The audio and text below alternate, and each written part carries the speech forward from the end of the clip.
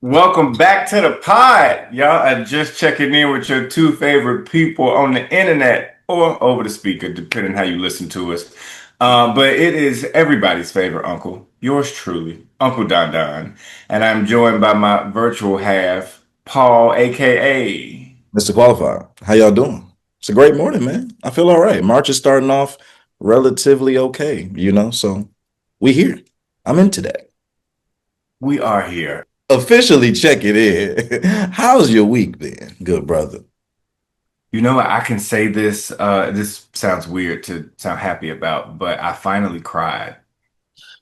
Okay, we've been building toward this. We I've have. been threatening to cry for months now, and I cracked. I cracked in therapy. It's the first time I cried in therapy. I used to cry the night before therapy, like religiously. Not on purpose, it just happened. I would just like bawl the night before, then I go to therapy. Boom. Fast forward to this week, I cracked in it was an ugly cry too. Like it was one of them where you're not even talking no more and you just still crying like waterworks. So yeah, I feel great. It was a release, I would imagine. It was a lot of weight that just kind of fell off your shoulders, I would assume.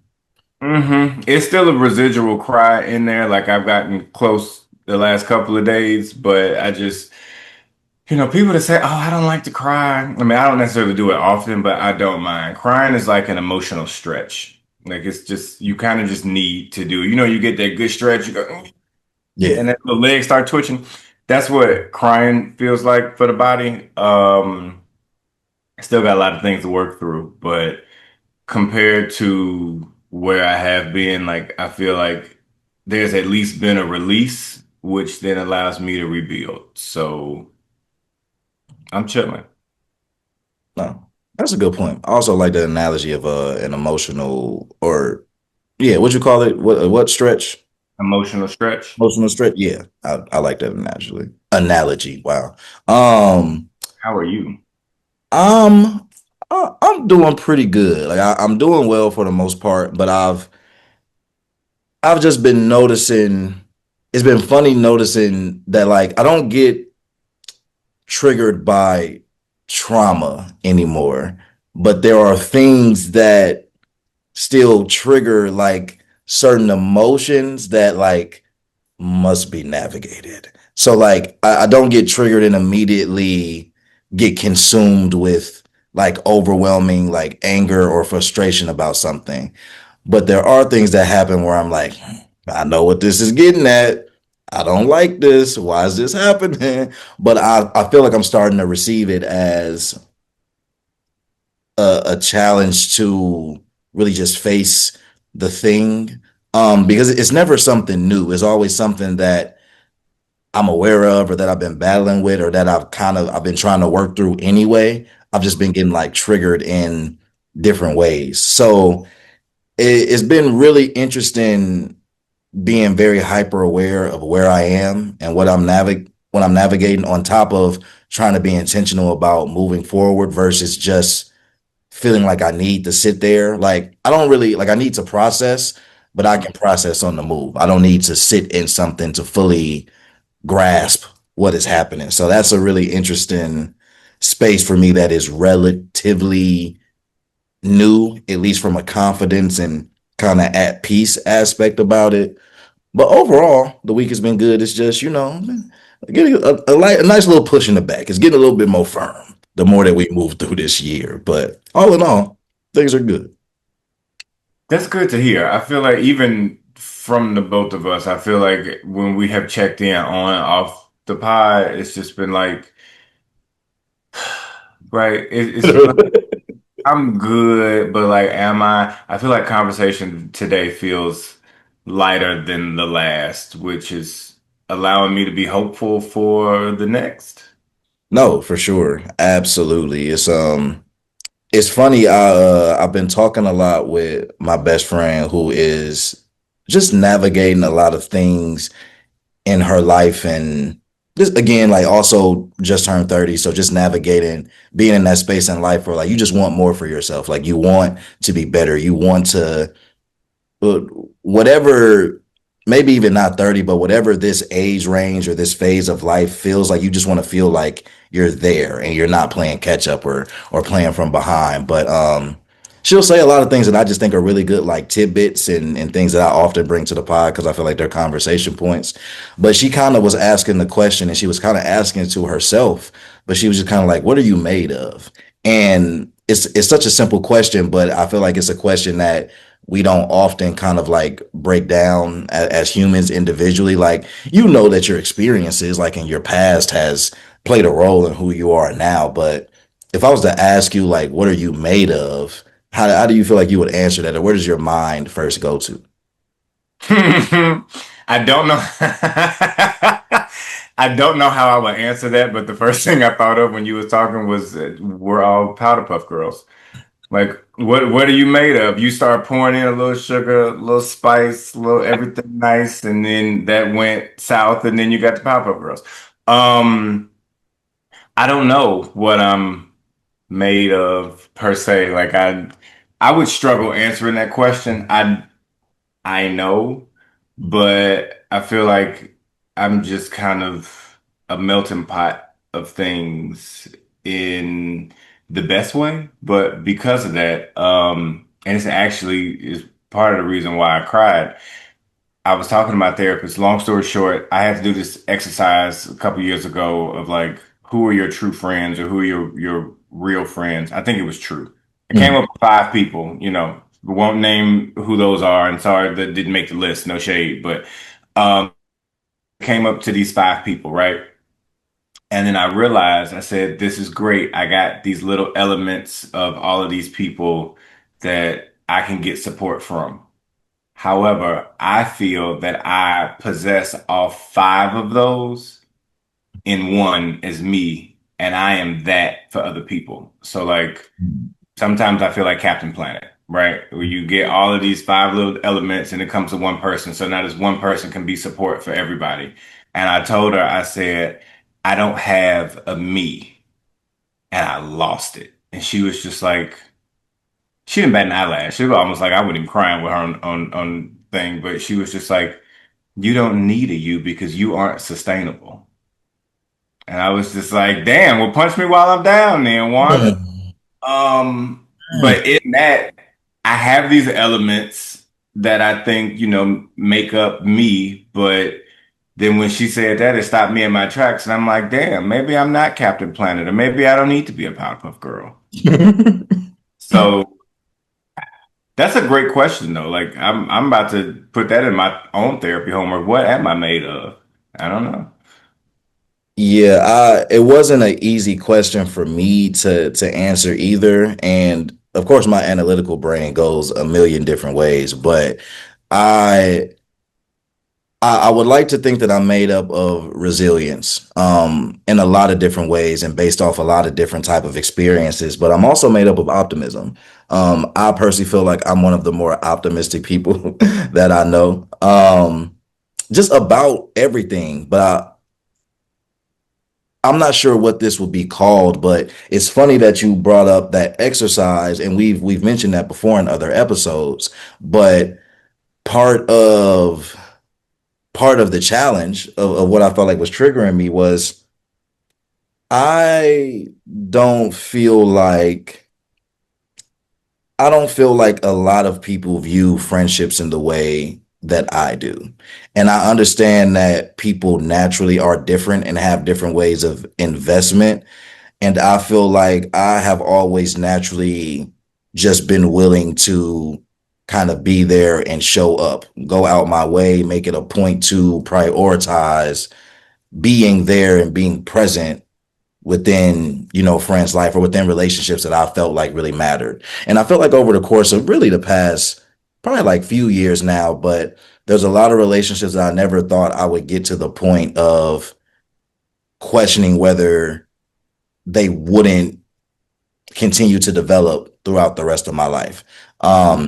And getting to this place where it's kind of like it's no love lost, it's nothing personal toward that person. There's no hatred or no ill will, but there is this idea that like when you talk about having that group of five, I'm starting to like, everybody can't be in the group of five. Like as literal and as simple as that sounds, you start to realize that that group of five is so important because outside of maybe your relationship, your work, your business, like those kind of like three or four like very core things, like you only really got room for that circle of five. Other Yeah. than that, everything else is just come and go. Like if I see you, cool, much love. It was nice to see you.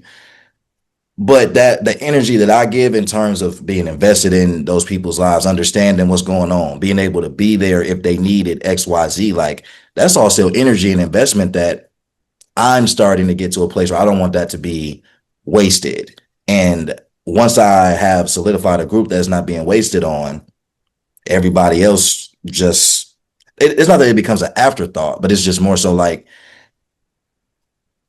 see you when I see you. Like it's what it is. And I think for me, there used to be this hard it was very hard for me to kind of detach from the idea of that feeling like I wasn't being true to myself or that it would come off a certain way to other people, but also trying to get better at understanding that one, them people ain't thinking about that.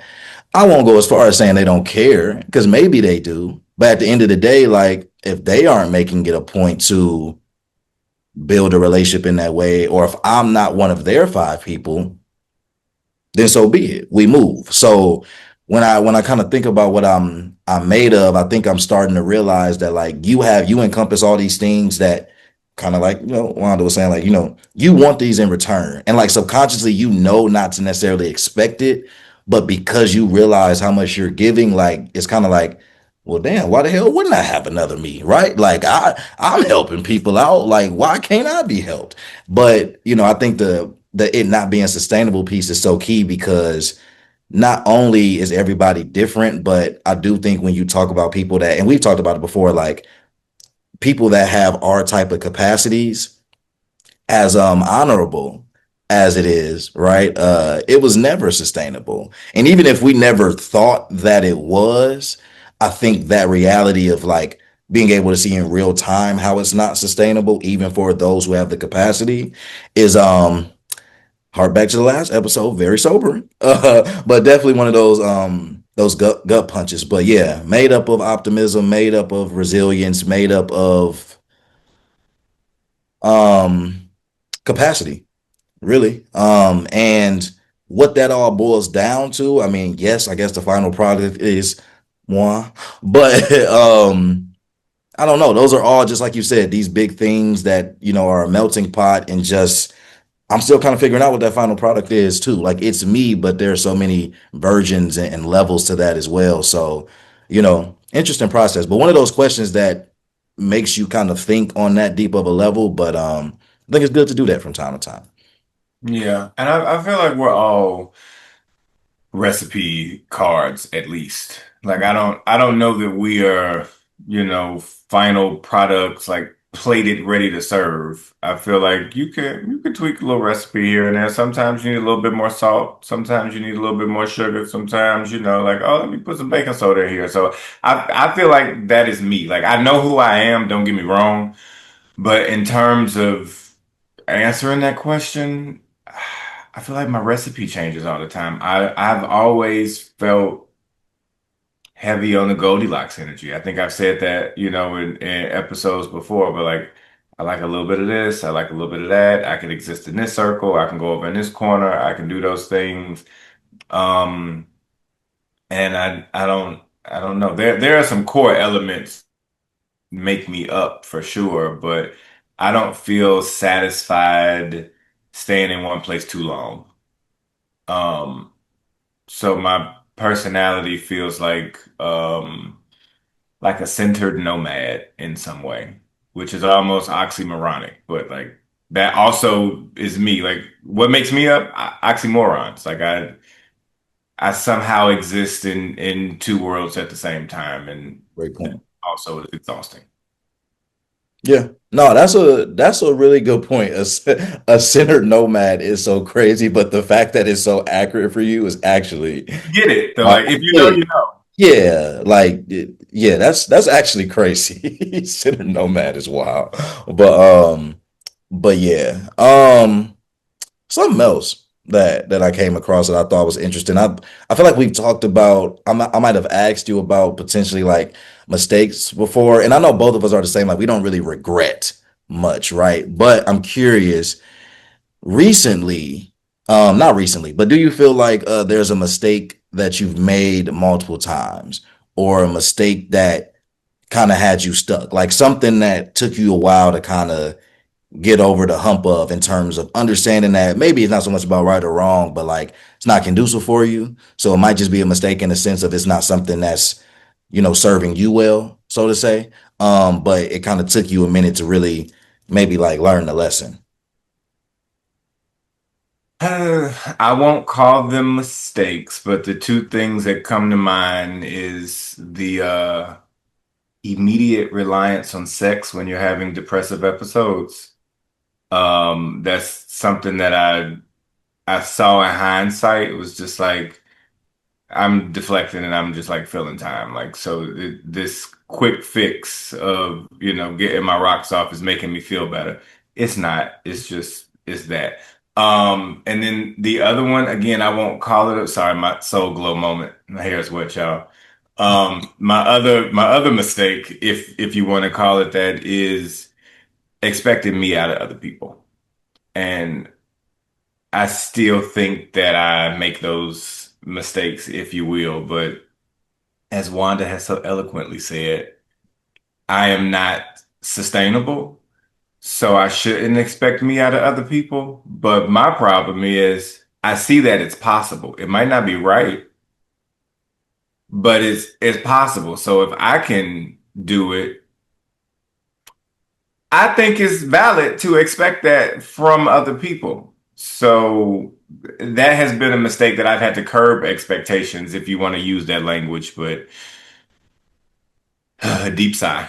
It's it's so crazy you say that. The way the stars are aligning, like whatever the Big Dipper up there somewhere being formed, because the choice aspect of it all has been so frustrating for me. Because it's one thing to be like we're all different, like everybody's not going to be the same, but I see you choosing. So like to your point, like it's not that you aren't capable. Like this is not a situation where like you can't.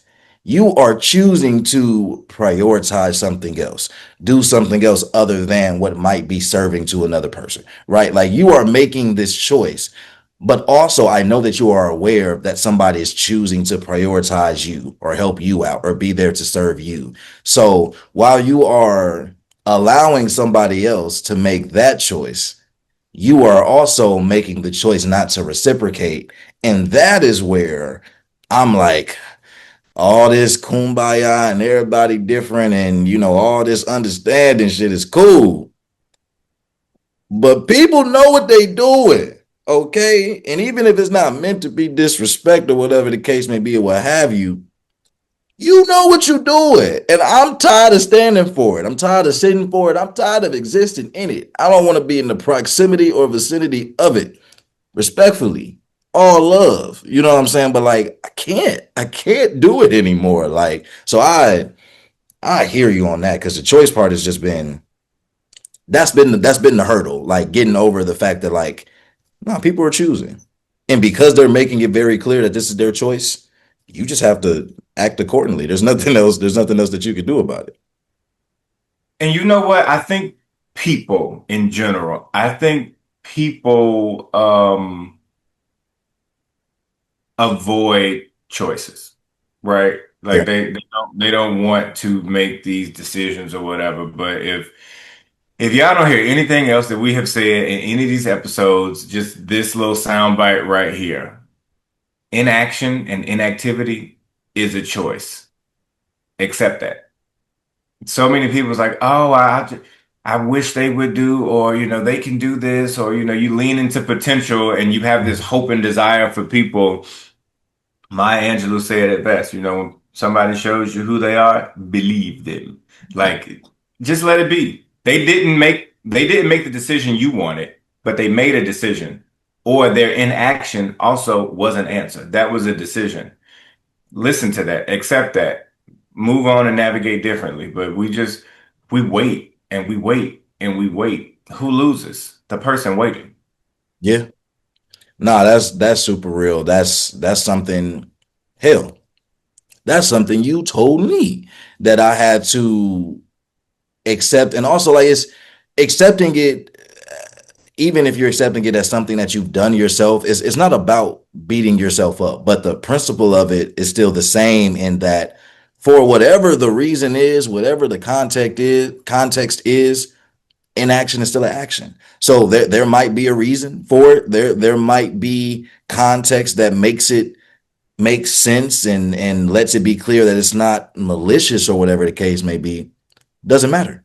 Still an action. You can only control the controllables. And one thing that is not a controllable is what another person is doing, how they going to respond, how they feel about it. You can hope that there's alignment. You can hope that whatever the um history, there allows for there to be alignment or wanting to meet in the middle, but it's not a guarantee, right? So yeah, but like you said, it hurts the person that's waiting. So we gotta stop waiting, right? We ain't none of us, none of them four actresses in that movie. So we need to stop waiting to exhale and call it a day. You know what I'm saying? But but yeah, but no, I mean that's been a lot of good talk. Like you said earlier, I feel like it may not feel like a lighter episode to our audience now that I'm kind of thinking about everything that we talked about. But if y'all have been watching previous episodes, y'all would understand where that lightness, is kind of like coming into play. But as we check out major takeaways from the conversation, and what gems do you want people to hold on to? Exactly what I just said. Like, be present in the fact that you have to listen to the responses that you are being given. I think we want to hear what we want to hear, and then we move from there. But like, if somebody is not doing something, listen to that. Don't have to go be like, no, I want you to come to the store with me. Like, no, whatever that is. Like, no, they didn't say anything. You say, hey, you want to go to the store at 4 o'clock, and they keep going on with the conversation. They didn't miss it. They just didn't answer it. So that's your answer. You don't have to keep going back. But yeah, just oh Lord, just keep your ear to the ground. Because the world is happening around us, and for whatever reason, we have a tendency to want to avoid it and make it what we want it to be. Hmm. We ain't always Picasso, right? Sometimes the picture's already painted. No, that's super real. The inevitable is exactly that. And I feel like everything that has virtually been discussed in this conversation deals with an aspect of being inevitable, right? Like whether you're dealing with people, whether you're dealing with these situations, what have you, a lot of it is inevitable in terms of you're going to experience it in one way, form, or fashion. It's not so much about being prepared, but it's just about knowing how to respond to what you're being given or not given for that matter. And the choice thing really sticks out for me as a takeaway because whether it's you being confident in your own choices or whether it's being able to understand that in other people making their choices, you should know how to move accordingly or be prepared to move accordingly based off that. I just think that's so key. Because the longer it takes to get comfortable in the inevitableness of that, I think the longer it takes to truly experience like joy, something else that we talked about last episode, but like really getting to a point of experiencing joy, you got to accept and be able to live in and walk in just certain realities and things that are inevitable. So that'll be my main takeaway. And then the other side one is get you a good cry if you need one, like legitimately for real. Like that release, that expression, that emotional stretch, right? It's necessary, and we all be holding on to a lot more than we'll probably ever let on or say out loud. So it ain't always got to be in therapy, and always got to be to somebody else. But if you need to go in a corner, go in your room, have a dark room session, whatever the case may be, let them tears fall like Denzel, man, and it'll make you feel better. That good one, glory tear. That Just one glory tear. Oh, you may only need one. It's okay. We not saying you gotta let the. It ain't gotta be Niagara. It ain't gotta be Niagara. But if it's just a glory tear, it's cool. Get your little cry out. Mhm. Let it out, man. It's all good. Yeah, it's gonna make you feel better. And I think because of it, we look better. And as we check out, I just want to give a hair shout out to you because your hair has been like on point for the last few episodes. Not that the rest of them have looked like shit, but like I'm just looking, I'm like, man, your hair has really gotten long, and we have come a long way from 2020. But even if you look at the beginning of the podcast, like we could do a side by side, Oh yeah, and both of our hairs are much shorter. So yeah, yeah, moral of the story is, if you cry, your hair will grow. facts, facts. And you want to be part of the long hair don't care committee. We have a great time over here. So feel free to try to join. We got minimal requirements. You allowed to grow within the organization, right? But I digress. We all got to start somewhere. But before we keep goofing off and yapping y'all ears off, we gonna let y'all go. But until the next time and until the next episode, we'll catch y'all, man. Peace.